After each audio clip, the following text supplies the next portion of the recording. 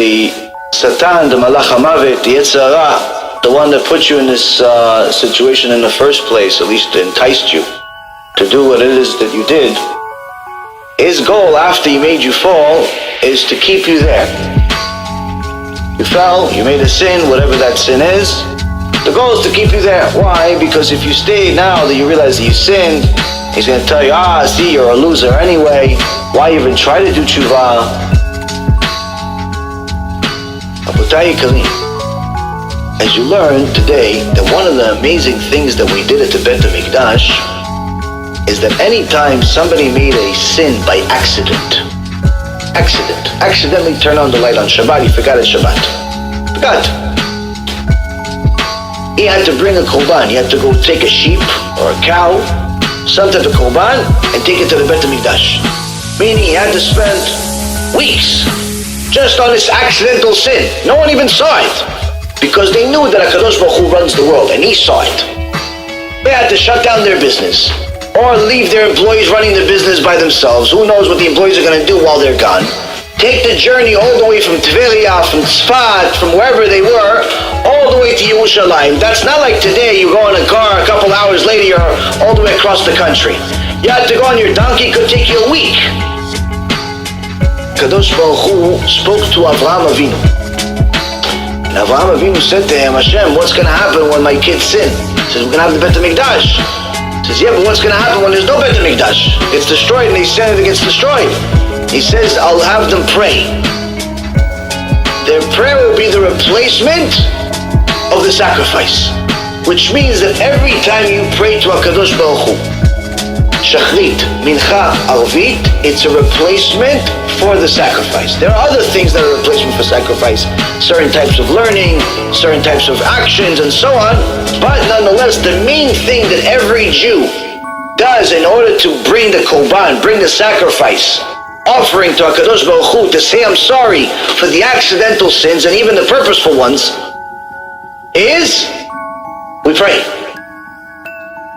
But what is the Rambam really telling us here?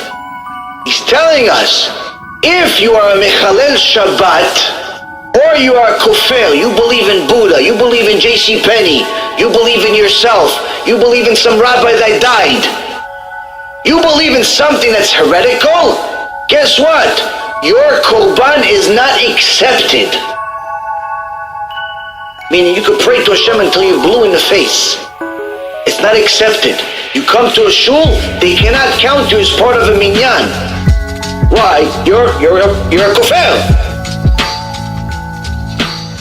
You're not considered part of Amcha. That's what the Rambam is saying.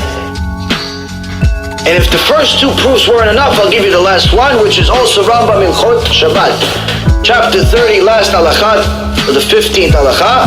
It says the observance of Shabbat and the prohibitions against worshipping false deities are each equivalent to the observance of all of the mitzvot of the Torah, and Shabbat is the eternal sign between the Holy One, blessed is He, and us.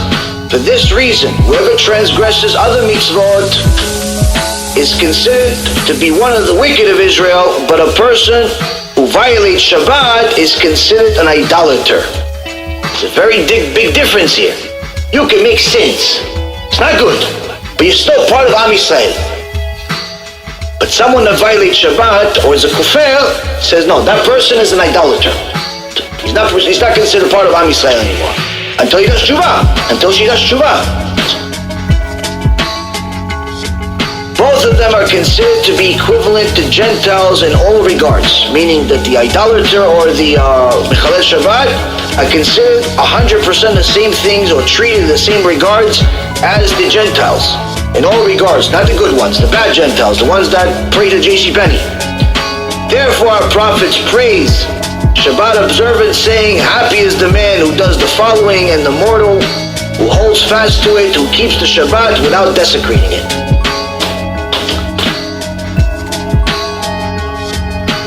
The prophet says that he starts, Echa yashva badad ha'ira bati, alas, she sits in solitude, the city that was great with people has become like a widow.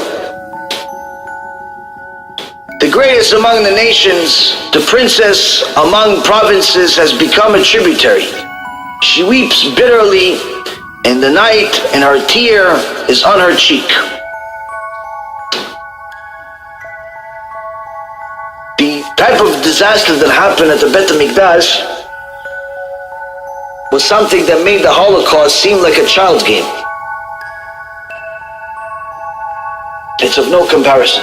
There was literally a river of blood from city to city that was 3 feet high. That's how many people they killed. They made chomot, they made walls, giant walls of bodies. That's how many people died. Millions and millions of people. It's hard to understand, how is it that they killed so many? How come we didn't fight back? Same question is asked about the Holocaust. How is it that we didn't fight back? 6 million.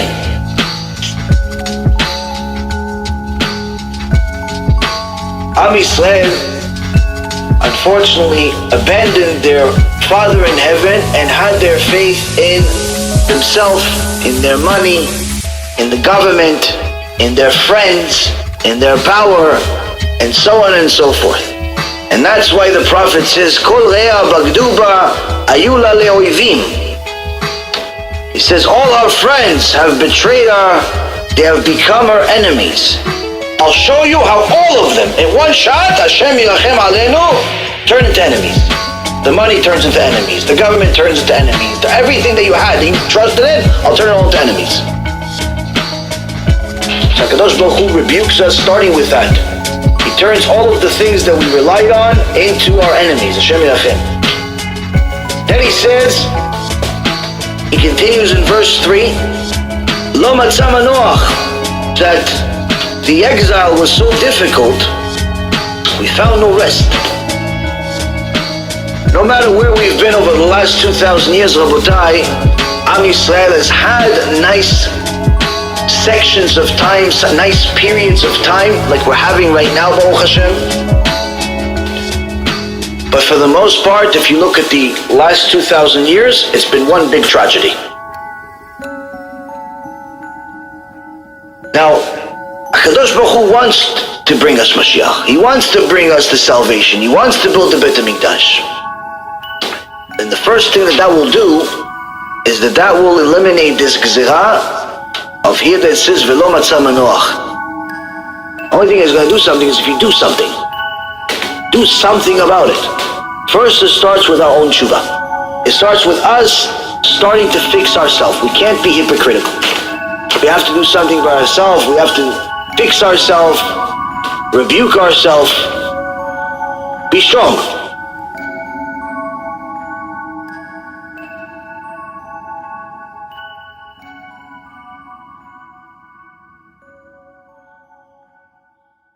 I've heard enough.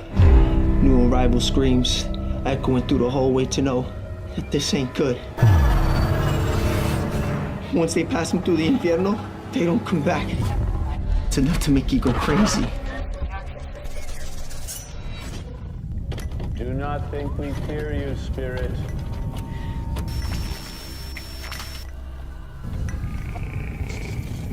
We know your power is born of evil.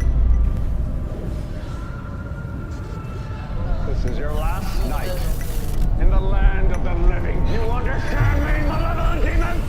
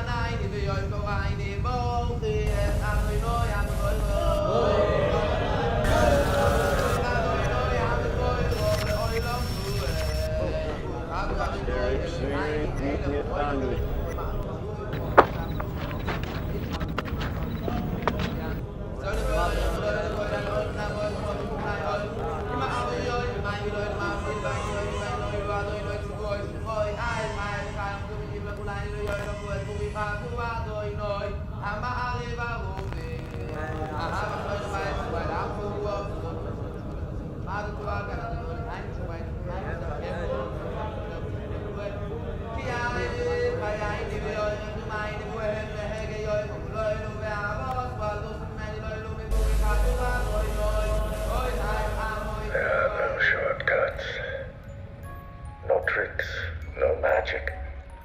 The very cave you fear possesses the cure you seek. Go within. Just know, once you cross that threshold, there is only one way out. There was a rich family that lived here called the Hetheringtons, and unfortunately, their daughter passed away of a heart attack inside the house. Basically, they were so devastated that they reached out to people claiming to be psychic mediums. They actually weren't psychic mediums. They opened up a total of 11 portals inside this house and invited spirits and entities from all different kinds of dimensions. Well, I think there are certain pieces of evidence that there is an afterlife. Resurrection of the dead is affirmed pretty clearly in the Talmud and the Midrash. To be honest with you, to give this lecture is a nightmare. If it was up to me, I wouldn't. There's going to be some graphic details. This place is a maze. That person after death went to a place called Sheol. This is by far the largest near-death experience study that has ever been conducted. People go to a place and they experience weird things. And sometimes they actually will see a character of some type. Well, where did that come from?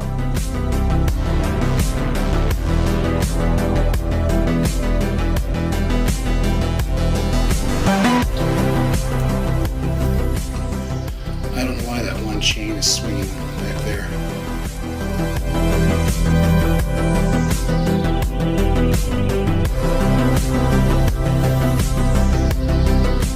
They may describe feeling profoundly peaceful, seeing a bright, warm, welcoming light. Some people describe watching doctors and nurses working on them with incredible accuracy. Next thing I knew, I was above my body watching the operation. How long did you feel like you were gone? I went to a place of timelessness. And so what that means, it could have been a second, could have been 5 minutes. I don't know.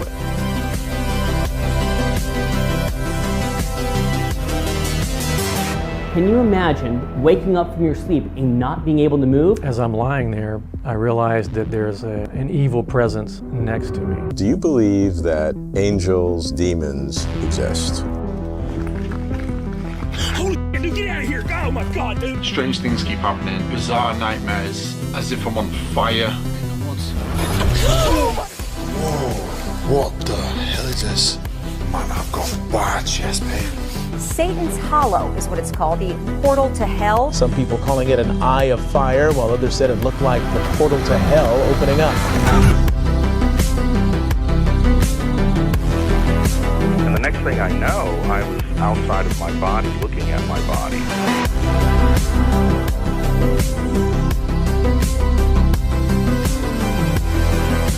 What I'm going to do is called claromancy, the art of throwing lots or throwing bones. 2,000 years of experience, passed down, recorded, of how demons work. God has them all on a leash, and he lets the leash go enough to let them tempt us, because that's what makes us spiritually stronger. I'm trying to be as graphic as possible so you understand what we're talking about. It's your ticket to reality. It's your ticket to freedom. It's your ticket to immortality. Is there an afterlife? Is there a This God? is the type of information that can keep you away from the Yetzirah. What happens to us after we die?